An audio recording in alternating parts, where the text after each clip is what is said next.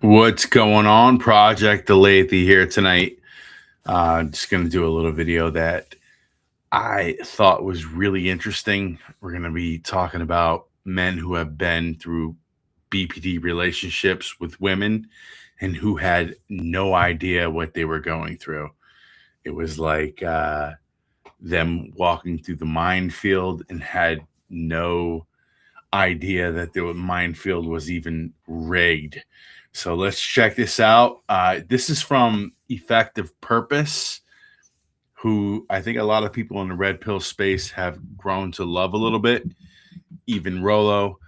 And we're going to watch a video from Rolo at the end of this, kind of explaining explaining what's going on here.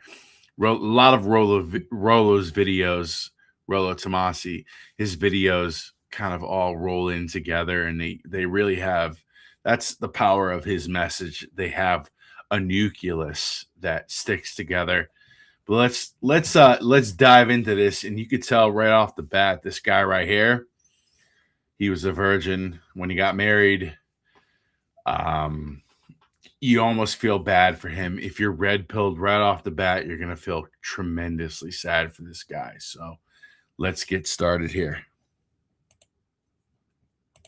And they literally laughed in my face. She was just raging for 3 months, yelling, screaming, throwing things at me. My immune system started shutting down. I was hours away from dying.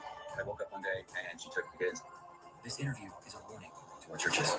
So my name is Jordan. I was a missionary with the PCA Church, served in Mexico and in Ecuador. Met my ex-wife down there. PCA Church. 2012, and I thought I graduated from a PCUSA seminary, which is the more liberal.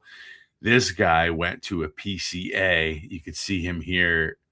Look how happy he is here, and look at her. He's a virgin. You could tell this one here is not. And she was somehow pressured into marrying him. She was a sweet, godly woman and going to make a very good wife. Then we got married. No, we she came wasn't. to the U.S. Immediately, and things changed. Her demeanor changed on our honeymoon, and it was just very angry, very negative. So it was a totally different person. And I wasn't sure why. We just got married. Nothing had happened. Do you remember any specific things that she was angry about? I'm a very good cook, and I cooked this like Italian long sauce. And This is going to be a theme in this video. It's like, what was she angry about? You were a virgin, and you were not attractive to her. Really, after that, you couldn't sexually give her what she wanted.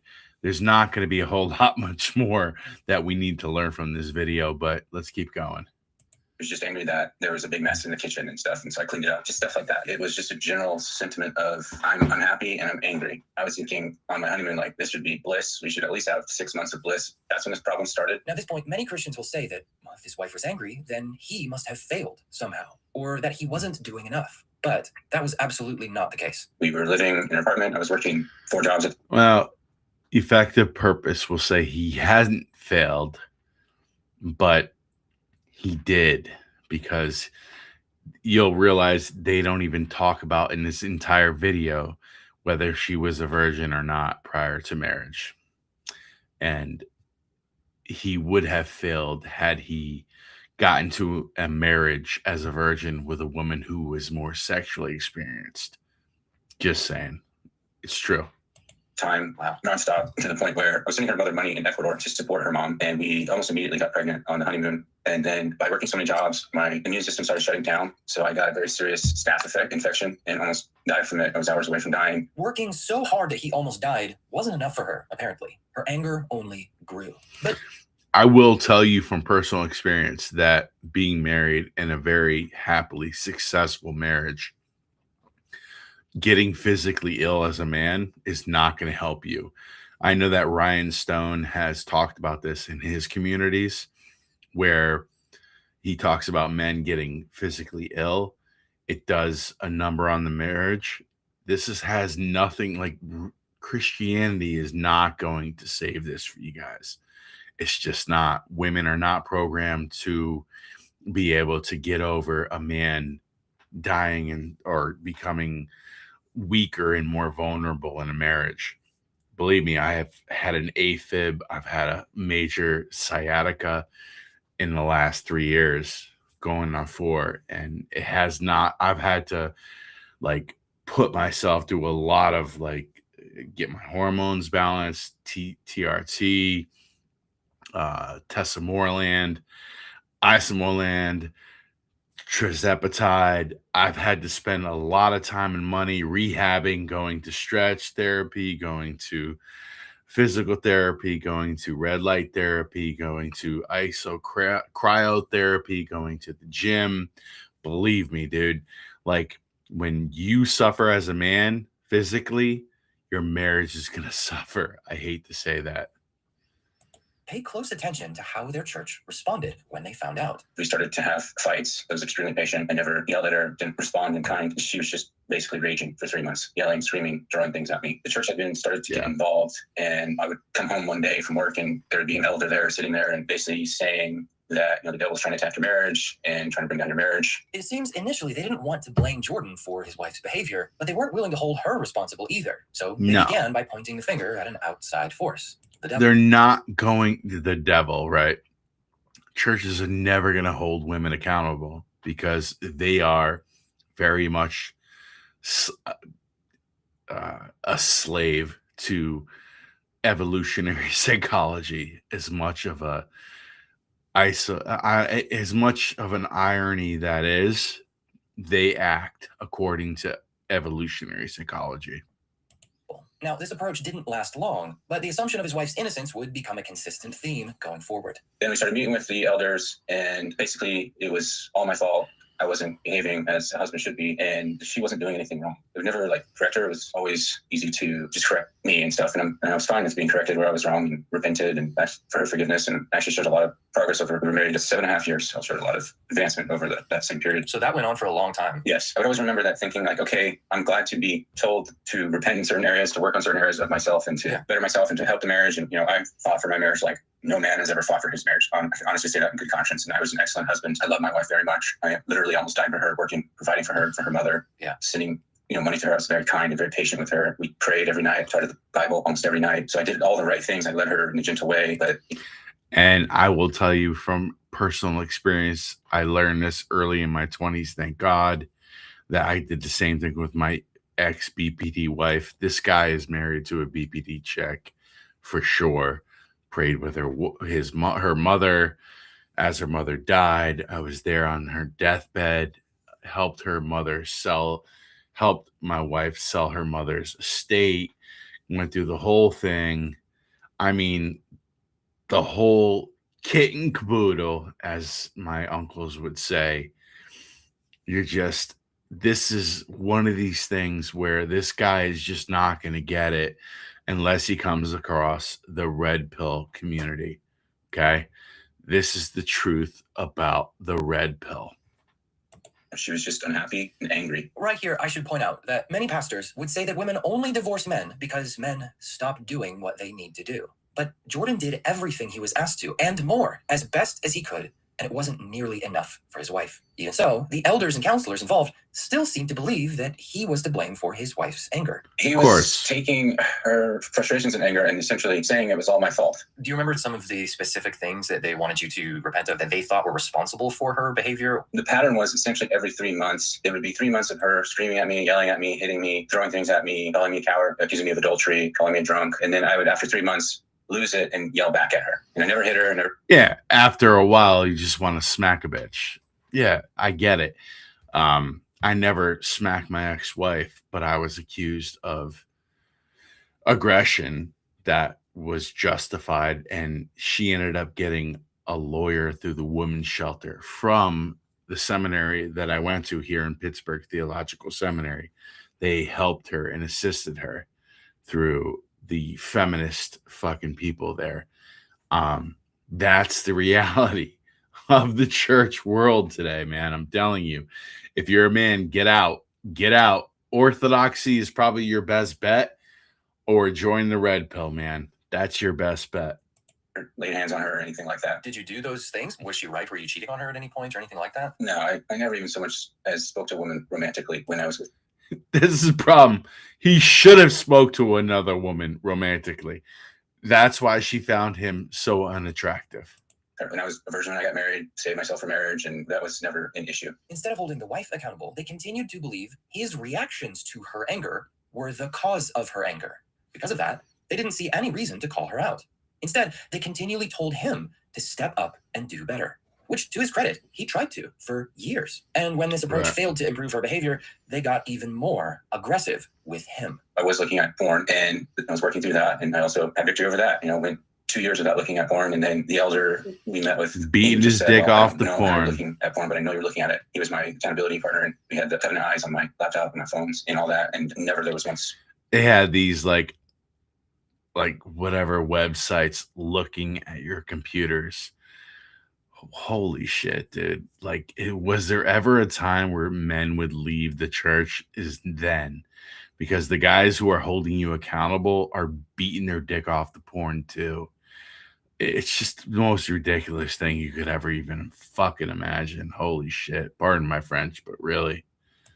A report of that. The elders and counselors that Jordan spoke to did not have evidence that he was sinning, at least none that they presented to him. But to them, it didn't matter. Her anger was all the evidence they needed. And because his elders were seemingly convinced that she was the victim, they continued to shield her from accountability. I always remember thinking, okay, at what point are we going to get to her sins and try and help her repent and teach her what that means to be a godly wife, to submit to your husband, to love your husband, to respect your husband? And we never got there. We never got there. And if we look at this email his pastor sent him around this same time, we can start to see why they never got there. In it, they claim that both Jordan and his wife were sinning equally, and that both needed to repent equally. The trouble is, there's virtually no evidence that Jordan was sinning in the ways they accused him of, while there is evidence that his wife was. For example, there's no evidence that Jordan was being overly selfish at any point, especially given how hard he was working to support not only his wife, but her mother as well. Another example.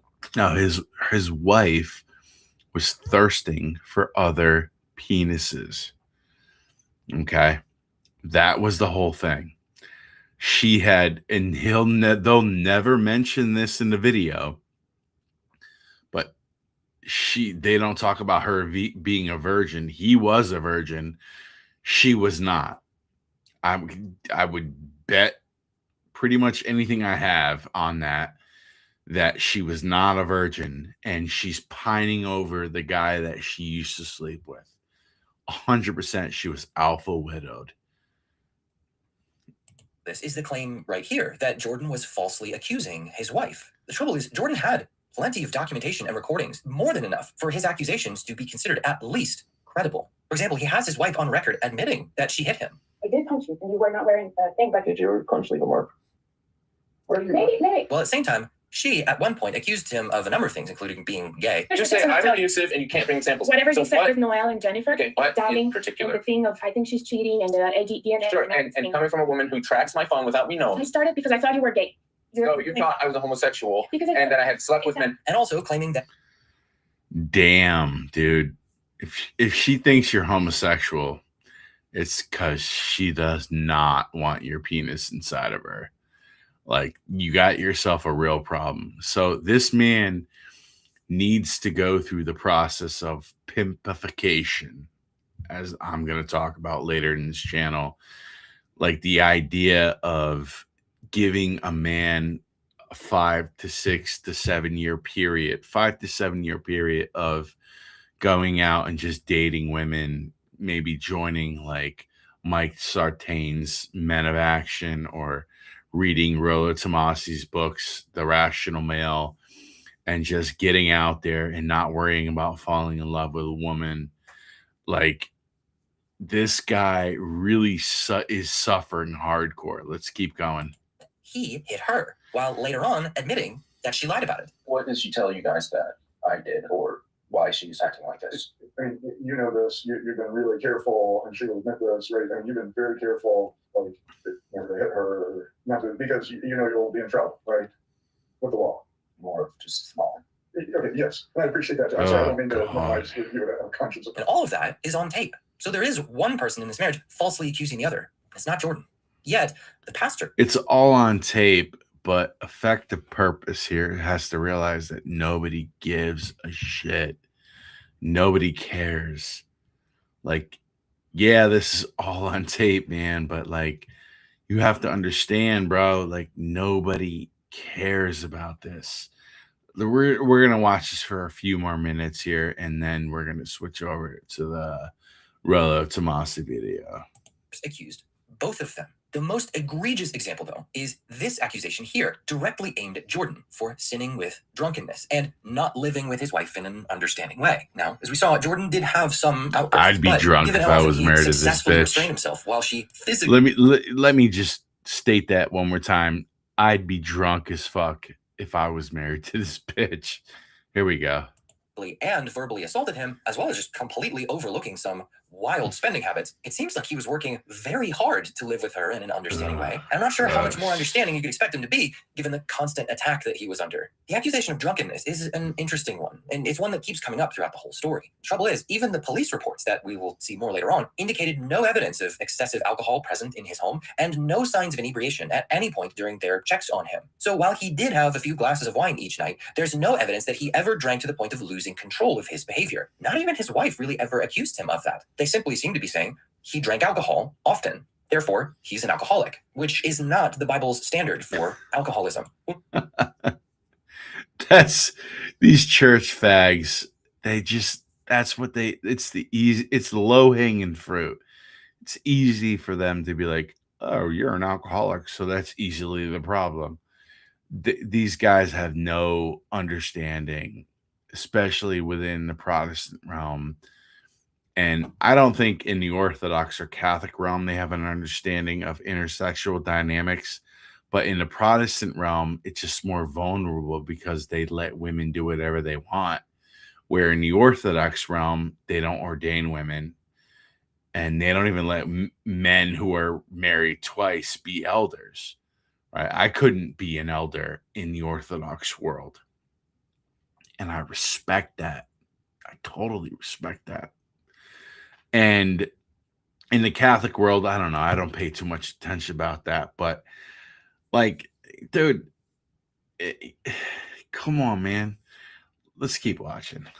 We add this together with the previous accusations of porn use without any evidence to prove it, we see a pattern. His pastors were acting as if they wanted to see sin in his behavior, while they were of course they wanted to see it, because they probably they're probably beating their fucking meat off to porn themselves. That's how these weirdo pastors are in the Protestant realm. They jerk off the porn, man, and then you get up on there on the pulpit on Sundays, and you sit there and you go, you listen to them. Ugh.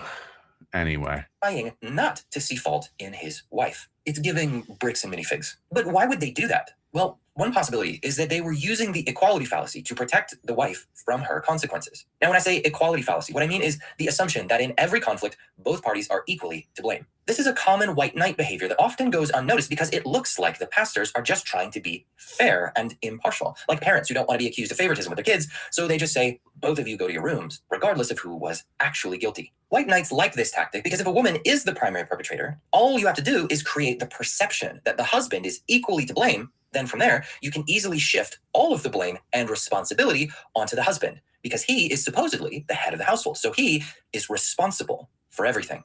From there, the woman gets off scot-free. And that appears to be what's happening here. They may have called Jordan's wife to repent at least once over an email, but Jordan sent me hours of recordings from their in-person sessions. And based on those, they weren't willing to do the same thing there. Face-to-face. Sends him hours. Like, this guy doesn't understand that they don't give a shit about him. They don't. This is why men need to leave the Protestant realm and join Orthodoxy and join the Catholic Church. Be done with this shit because it has failed us miserably. And there's only one small sect that is led by Joel Webbin and his NXR studios would be my only recommendation for you guys trying to figure out how to salvage your Protestant existence. Exactly. They were only willing to rebuke him. That is, until they tried a different counselor near the end of their 7-year marriage. There was only one elder who's different than the one I'm talking about, who tried that on 2 different sessions that we met with him in counseling. And she ended up screaming at him for 20 minutes the first time. And so he just kind of moved on. He tried again the next week. And then she ended up crying at him for 20 minutes. And then he went to India and he's like, oh, we're going to meet after I get back from India. And then he just told. So this is what happens when you go to a relationship with a borderliner, is that she ends up screaming to the therapist and makes the therapist start second guessing and makes the therapist think that this therapist is doing wrong. It's such a narcissistic pattern that, like, if you can't figure this out by now, man, you got no chance at it. Another elder to tell me that neither side wants to change, and so it's not worth his time in meeting with him any longer. Even though I had done everything he said, read books, listened to the Psalms on the way to work, I prayed with my wife, started the Bible. He asked me to do very specific things, and I did all of those specific things. But he just said that I wasn't interested in changing. So it was like a lose-lose situation. No matter what I did, no matter who I met with, it was always my fault. And then when she starts to get called out, finally after 7.5 years, they give up. I mean, 2 times they just gave up, and we've been meeting with people almost weekly for 7.5 years. Let's do some basic math. 7.5 years of weekly meetings adds up to nearly 400 sessions. Even if they didn't meet every week, they still met hundreds. It's a lot of meetings. Let's speed this up here and see what they do here. Just love, mercy, and walk humbly with their God, because they're not doing that. That's a heartbreaking story. I know it's not easy to rummage through those old drawers in your mind. I want to say I'm sorry that happened to you. I know that I can't do anything to make it better, but I can try my best to apologize on behalf of those churches and us as, say, Capital C Church in general, and say that we need to do better for you and for. He's like, yo, we have to apologize on behalf of we churches. Bro, there's no we churches, man. You guys are such a fragmented Protestant realm is such a piece of garbage. There is no we anymore, man. Like, just the fact that you've let men down this much, EP, you know, man, like, you just know at the bottom of your heart, like, you still think you're trying to save this. There's no saving it. Let's keep going for a little bit. Like you. Yeah, no worries. Thank you for having me. So, verdict's time. All right. So anyway, that's it. All right. So here we go. Truly do have this dating crisis where there's just not enough men to meet this hypergamous mating. Again, you can't tell women to lower their expectations, but this is the reality. When you ask a man, if you could have a woman who had 80% of everything you wanted, 75% say, yeah, I'm on board. Mm-hmm. When you say to a woman, Scott has 80% of what Galloway. you want, 75% say that's not enough. Trash. But even look at the media. Right. What does the media tell women Beta. to do? He's out. But he didn't open your door. He's not nice to his parent. You walk right out on that man. Like, it's literally every piece of media is, you don't need him. You're a strong, independent woman. Pull the ripcord. You're out. And it is the basic kind of communication around this is, you are a strong, independent, powerful woman. That is wonderful. And quite frankly, you don't need the imperfect man. And they're just not connecting. I read that on Tinder, a man of average attractiveness has to swipe right 200 times to get 1 coffee. No, way more than that, my friend. And then Yep. 4 of those 5 coffees Tell him, Rolo. will ghost him. They will decide they don't want to meet him, or they won't show up. Websites your competitors don't want you to know. Hold on. All you do is go to this website, and it lets you find out exactly how much your competitor. See, one thing that gets me is, like, who decides what's an average looking guy? Who decides what an average dude is? Right. Is the average dude in the 20 percentile, or is he in the 80 percentile? And I also want to point this out too, is although it seems like Scott Galloway is actually on board with all this stuff, the fact remains that it's like women's standards are primarily based in evolutionary background, evolutionary history, right? Exactly. Of the Evo bio, in fact. That's my point with the video that EP was showing about this guy's marriage. It's like this woman's biological history was based on this woman's marriage was based on her biological history. It's like, why couldn't Christianity override this chick? Because it doesn't have the tools to do so. It just doesn't. It's new in the world of in the game of history. It's only 2,000 years old. And if you base it back into, the Old Testament, maybe 3,000, 3,500 years at the most, out of 200,000 years of human existence, you're not going to override women's hardware. Let's keep going. So the fact that he's making these comparisons at this point, which is funny to me because he's usually a man up guy for most of the time. The men need to man up so they can be better, suitable bachelor, more eligible bachelors. Like, you should do better. Why? Well, because we need more babies, and the only way that's going to happen is if you're meeting women's standards all the time. And again, it's not, again, this whole thing comes back to what I was saying about Patrick Bet-David and Trad Cons, and Scott Galloway's on this too. And most of the guys who want to dip their toes in the manosphere or dip their toes in the red pill topics right now, their cure for everything is more responsibility for guys and not understanding authority. But the other part of it is that as far as that man up, responsibility, shit is concerned, is it's never two ways. It's never about the chick, right? So if he's talking about the impossibly high standards that women have, and they're told through society to pull the ripcord and all this other stuff, you got to remember that a lot of that is basically naturalistic. It's just simply the part of women's operating systems, and it comes back to what we were saying before: dualistic mating strategy. What is that based on? Well, we used to call it hypergamy, but if we want to call it dual mating strategy, okay, so be it. What's it based on? Alpha fucks and beta bucks. If women can make their own security, if they can get the bag, if they can be educated, if they can own more homes than men, if they can have better jobs than men, if they're basically become the men that they wanted to marry, as Gloria Steinem said back in 1970, if they can become the men that they wanted to marry, if they can cover the beta buck side of the hypergamous equation, what's left? Alpha fucks. And that is the problem with our missionary friend. He was not the alpha fucks. He was the beta bucks. And that, that's why his wife probably had an alpha fucks guy, I would imagine, in her past. And women can easily come across sex as much as they want. Like, imagine being a woman and saying, I want to fuck. You're going to get sex for the most part, unless you come across some guy with, performance anxiety, which a lot of young men now do come with today. But it's like, yeah, dude, you're gonna, the alpha fucks side of things is a reality.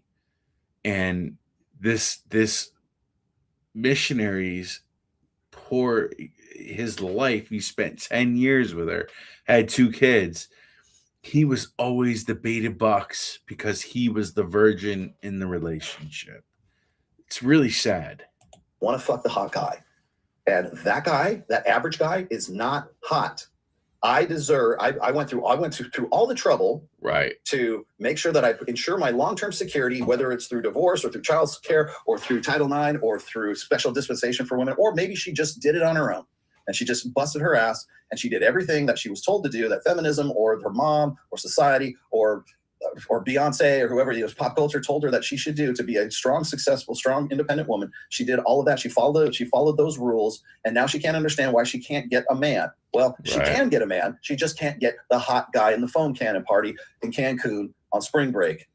She was drunk, he was cute, and one thing led to another. She can't get that guy. That's the guy she deserves. She deserves the total package. It's the she doesn't even have to be on OnlyFans to do this, right? But and that's exactly what she thought she deserved, was the total package. And she didn't get it with this, even with this missionary guy. Like, women do not care about a man who loves Jesus.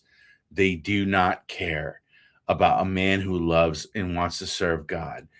A woman will fall in your frame. And whether you serve Allah, whether you serve Hashem, or whether you serve Jesus Christ, Allah, Hashem, Jesus Christ, or whether you serve Buddha, a woman will fall in your frame. And if she loves you enough, she'll be in your frame and she will worship the God that you worship. Mark my word. The pretty woman pattern template for the female life story, which is, I am the hooker with a heart of gold. Now, they don't have to necessarily be a hooker. They just have to have all of the beta buck side of the equation taken care of. So if she's making this amount of money, she's got this kind of education, she's got this kind of self-impression and this ego developed as a result of that. She's more or less in shape in some way, shape, or form, but she's taking care of all of the things on the beta buck side: provisioning, protection, and parental investment. She's taking care of all of that for herself. The only guy who is suitable, the only guy who is an eligible bachelor, is the fucking Chippendales dancer, is the guy who has got a 10-inch six-pack abs, V-taper, wide shoulders, built like me, has all of those physical prerequisites because she doesn't need his provisioning. She doesn't need his security. She doesn't need his money because he doesn't have any money. He's just the hot surfer dude that she happened to fuck. That's what I talked about this with Coral, and you'll see when you see the video that I did, the interview with Coral, I talked about exactly this. And when women can account for the beta buck side of hypergamy, no one else will do except for the hottest guy that they can fuck. You want to know why women go on sexual tourism thing? There's what is it? I think I was reading this article was women in the UK, like middle-aged women in the UK, will go on sex tourism. They'll go to African countries. They'll go to Jamaica. They'll go to Aruba. They'll go to, there's certain other places I can't remember, but they're usually these coastal communities, and they'll go there and they'll fuck the locals, and the locals know they're coming, and so they cater to to middle-aged women who are either divorcees or they've never been married, and actually. Women will go to a place and fuck the locals, but they might fall in love and they might marry some of them. And I think that's exactly what happened to our missionary friend. It's that, well, I guess it doesn't fit because he said he was a virgin, but she probably fucked some other locals. And then she's like, oh, I want to settle down with the good man. And then, I've already said this, she goes, oh, I'm going to marry this guy. And then she marries him. And then all of a sudden, on the day of the honeymoon, she goes, I don't like this guy because he's not the best I can do. That's what you Christian guys have to realize, man. I'm going to fucking hammer this home as many times as I can. This is what's happening. Our lives, and they think they're in love, and they fall into the same trap that a lot of sometimes passport bros do. We don't call them sexual tourists, but that's basically what they're doing. We don't talk about that. So, well, the reason why is because those women already have all the money taken care of. They don't care if some guy from Jamaica, dick swinging Jamaican, comes along and wants to lay pipe. They don't care. That's what they're there for. Shit, go see Thunder from Down Under here in Vegas, man. You'll look at the demographic of women that go to Thunder from Down Under. Thunder Down Under. That's what they're looking for. They're looking for the hot guy, right? They're looking for the guy who can rock their world in bed. And why I said this is like the Pretty Woman narrative is because the only kind of guy, the only elite level guy who could get with him would be the Richard Gere character, right? She's got everything taken care of. So the only person who could come and bring her out of that world or make her a woman of leisure is the guy who makes more money than she does, who is also more committed to provisioning parental investment and protection, can offer her that plus 60% more. Do you think a missionary can do that for a woman? Offer her provisionings plus? No, it could offer her a way out of her whoreness, which is, I think, what happened to this poor young man, and then married this fucking whore, had 2 kids, and then he had to fight for custody, which we didn't watch in the video because I don't want to get into it, but it was I think there's some things we gotta be talking about here, and one of them is we gotta stop marrying any opportunity of vagina that we can get. We really have to start to limit this shit, I could say this personally from my own life. I've vetted women. My first marriage was a disaster. My second was highly vetted, and it's been very successful. So let's keep going. And be as hot as the Chippendales dancer. Be as hot as Thunder from, the Australian guy from Thunder from Down Under. He's got to be that hot, and he also has to be Richard Gere. He has to be able. He's got to be this wealthy industrialist who can pull her out of her doldrums of providing for herself. It doesn't have to be OnlyFans. She could just be, in HR.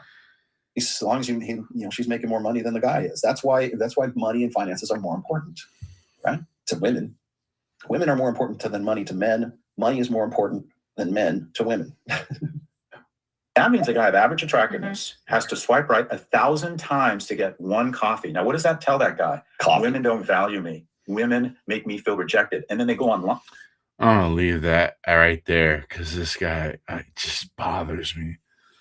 He just like totally bothers me, man. Hold on, wait. Let me And see they, here. What they see these I misogynists don't- telling them it's not your fault. Mhm. This And guy Yeah, it's just not your tells fault. me You know whose fault that. it is? It's Hinge's fault. It's Tinder's fault. It's Ugh, gross. The nationalistic content. This What guy's is- still talking. Okay, we're done. I can't stand Scott Galloway. I don't know why these men, it's all unfair for them, but I don't know why they don't do what they do. I don't understand why men just fucking can't step up. Like, fuck you, Gen Xer, boomer. Go fuck yourself, dude. Seriously, go away. Anyway, that's all I got for you guys. Tonight, I just want to talk about these 2 points. I think it was really good. We're going to talk about the truth about the red pill. We're going to be talking about the truth about politics in America first. We're going to talk about the truth about why hate people hate church. I cannot wait to get into the part where we hate church. Truly, it's going to be amazing. So, love you guys.